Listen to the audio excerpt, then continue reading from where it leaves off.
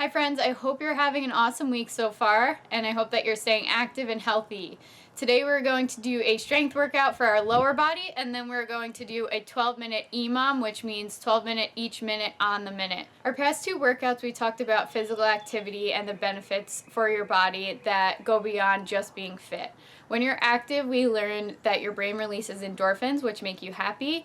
And last week we learned about academics, and when you're active, your academic scores can increase. It can help you with focus and different things in school. Today we're going to learn about physical activity and energy. If you work out over an extended period of time from day to day, you are going to get more energy. And most people wouldn't think that. They would think that working out is only going to make you tired. Yes, sometimes that's true. If you do a really hard workout, you're going to get tired. But over that extended period of time, if you're consistently working out day to day, it's going to give your body more energy. You're going to have more energy to do things. Along with that, being active and working out will help you with day-to-day tasks. So you might not get as tired going to the grocery store, bringing all of your groceries in. You might not be as tired running up the steps, running down the steps. Because you're physically active, your body's used to moving around a little bit more, so you can do things freely throughout the day.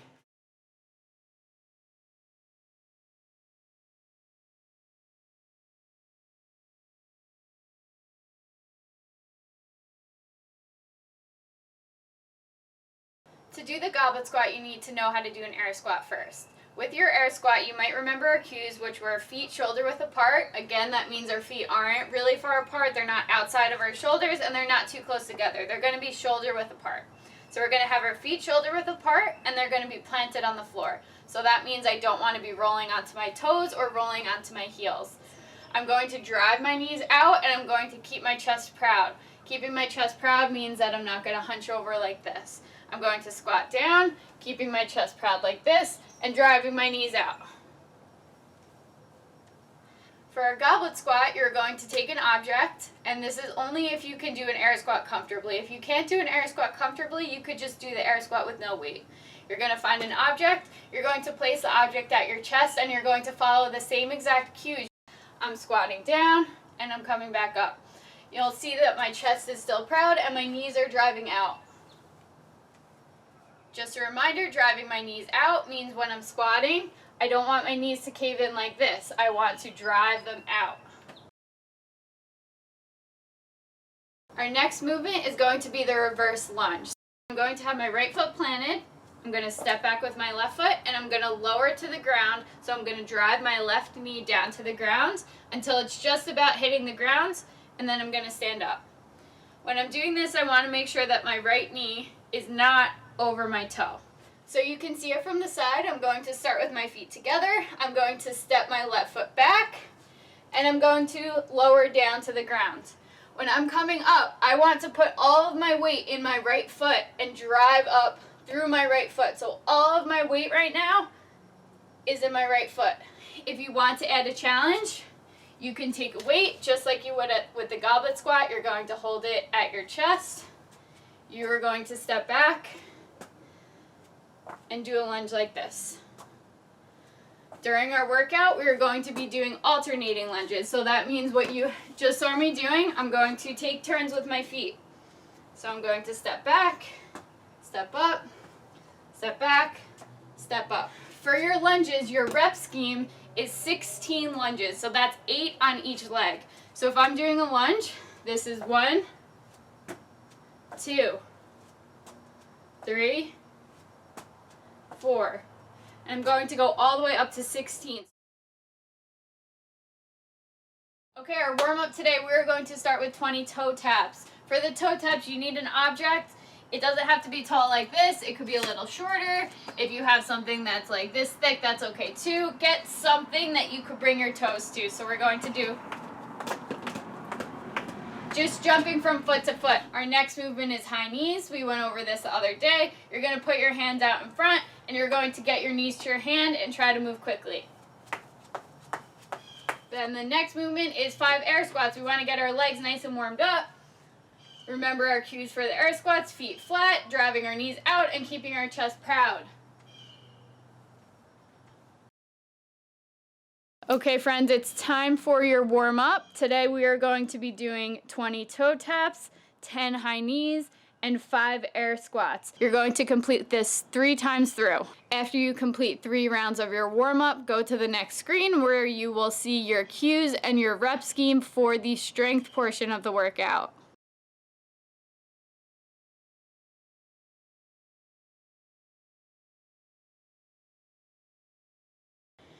For the strength portion of your workout today, you're going to be doing 10 goblet squats. So you can do the goblet squats as regular air squats if a weight is too much for you. You're going to be doing 10 reps, take about a 60-second break, do 10 more reps, 60-second break, and then 10 more reps. So that's 3 rounds. Once you're done with your 3 rounds, you move to your reverse lunges. With your reverse lunges, you can use an object for a weight, or you don't have to use an object at all. You are going to be doing 16 total reverse lunges. Pause the video now and take your time with this. Go at your own pace.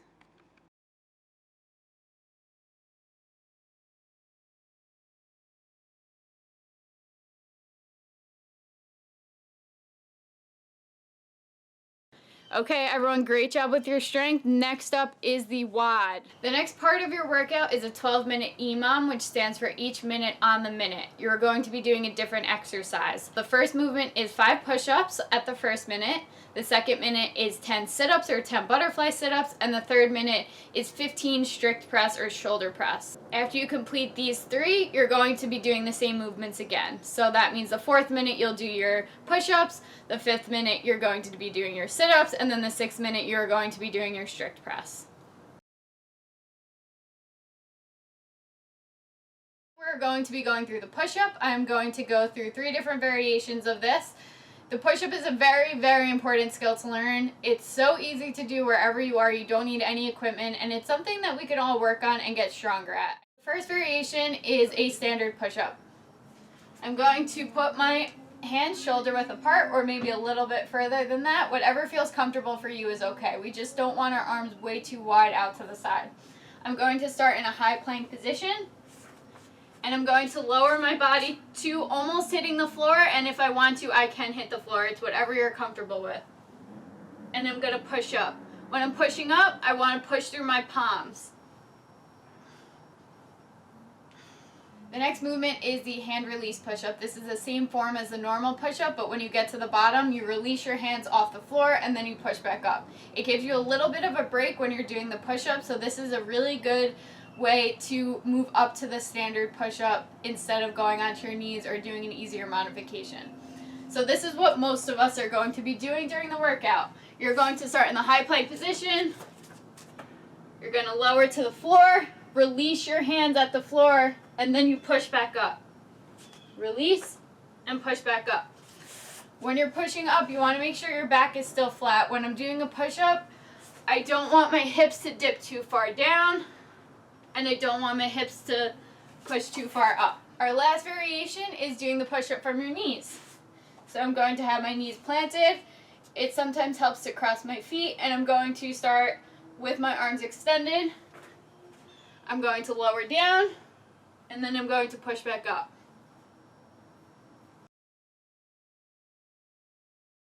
We talked about sit-ups our first week. I'll show you a clip from that week just as a reminder for how to be doing our sit-ups. Feet are together, my legs are out.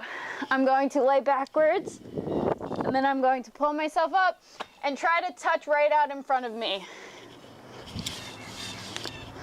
Right out in front of me. If the butterfly sit-up is too difficult, you can put your feet planted on the ground and you're going to do a normal sit-up. Put your arms across your chest and you're going to pull yourself up. If this is too difficult, you can put your arms out in front of you and touch your heels.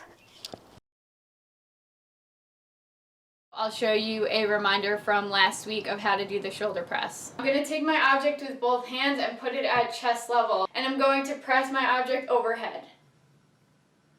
Press my object overhead. With the shoulder press, we want to make sure that we are driving our head past our arms. And what I mean by that is when I'm pressing overhead, I don't want my head to be behind my arms like this. I want to be pressing and driving my head through my arms. Drive it through your arms. Okay, so you are about to start your 12-minute EMOM. Minute 1 is going to be your 5 push-ups. Minute 2 is your 10 sit-ups. Minute 3 is your strict press, and then you're going to repeat that each minute.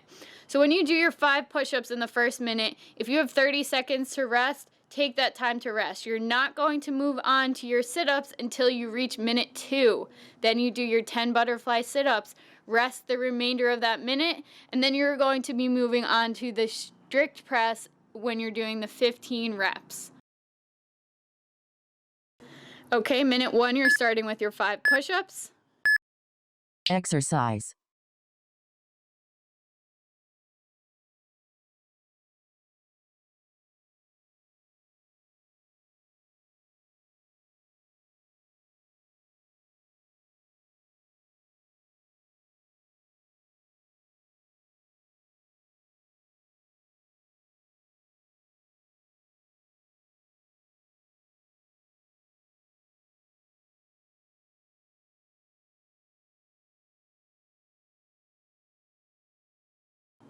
Make sure you are resting the remainder of this minute if you finish your 5 push-ups.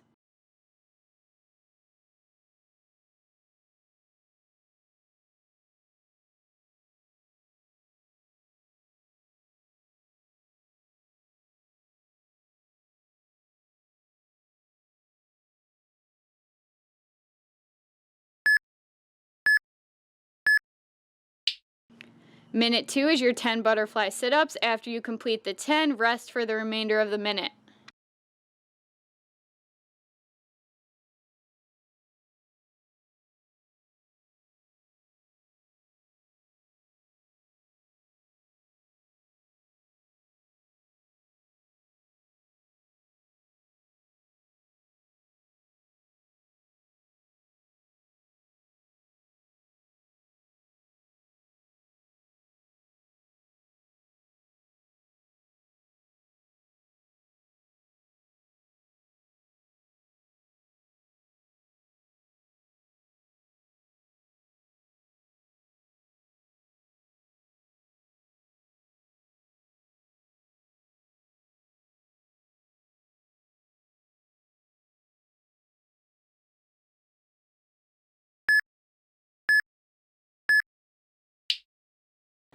Okay, minute 3 is your 15 strict press. After you finish that, rest the remainder of the minute.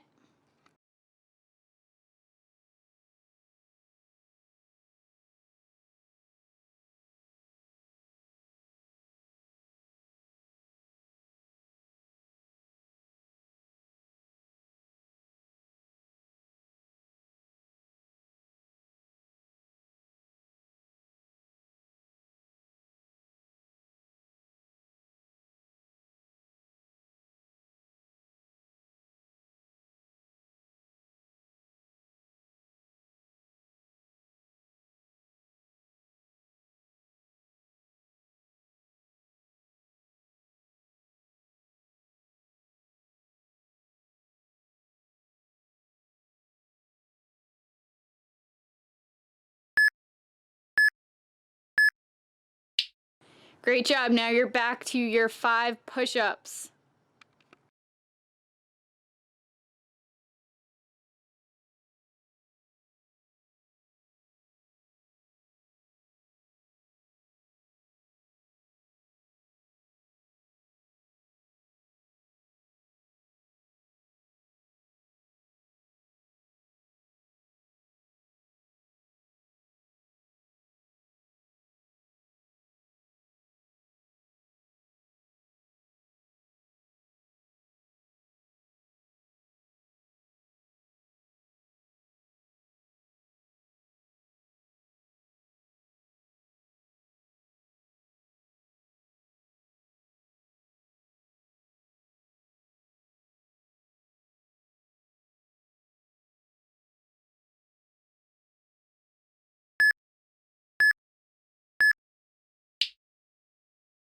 You should be on your 10 butterfly sit-ups now.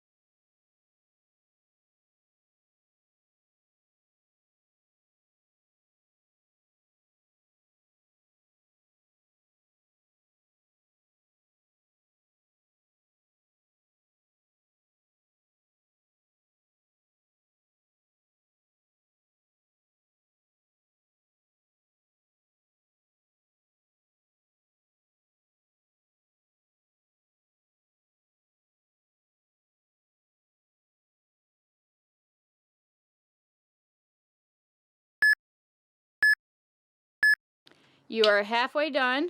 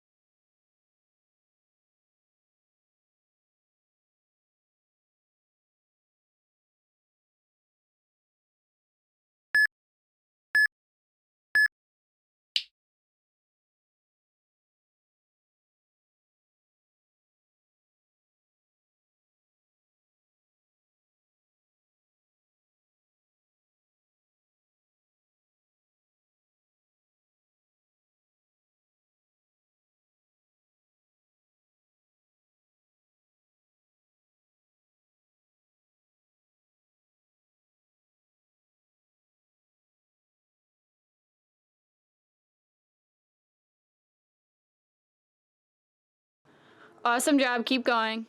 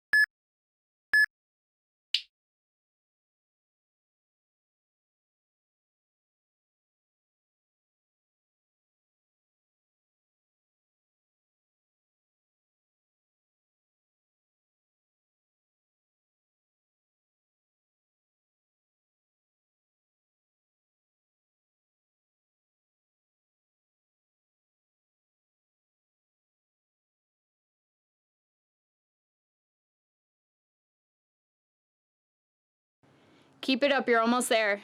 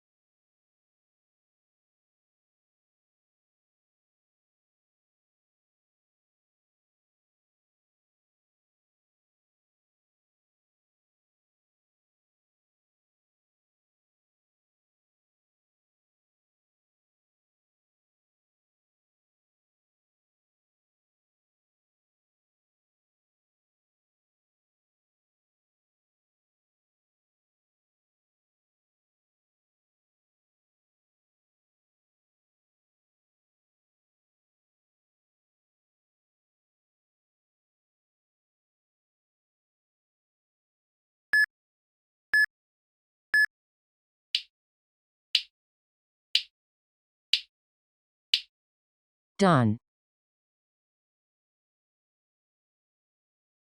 Awesome job today. We're going to do some stretching to finish out and help us relax. So we're going to start with our arms right now. I hope you're all being active even when we don't have our from home workouts. There's plenty of things for you to do every day. You could take a walk, you could take a hike, you could take a run. If you want to dance, that's fine. I know a lot of you like TikTok. If you're dancing for like 20, 30 minutes, that's perfectly fine. That's still getting some sort of physical activity. We want to make sure that we're not just sitting around, sitting on the couch and doing nothing.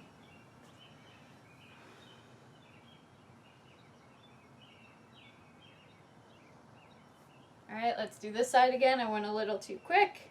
We want to make sure we get in a good stretch after all of our workouts.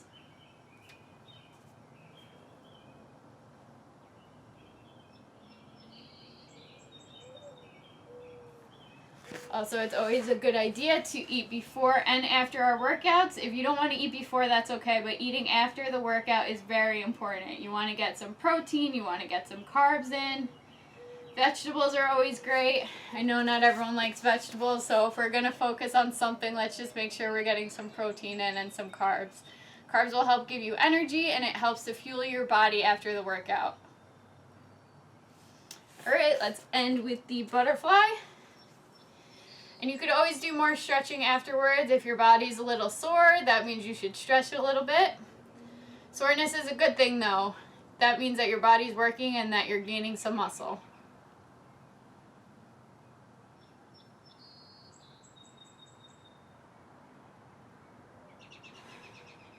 All right, that's it for today. I hope you had a good workout. Great job, and I will see you next week.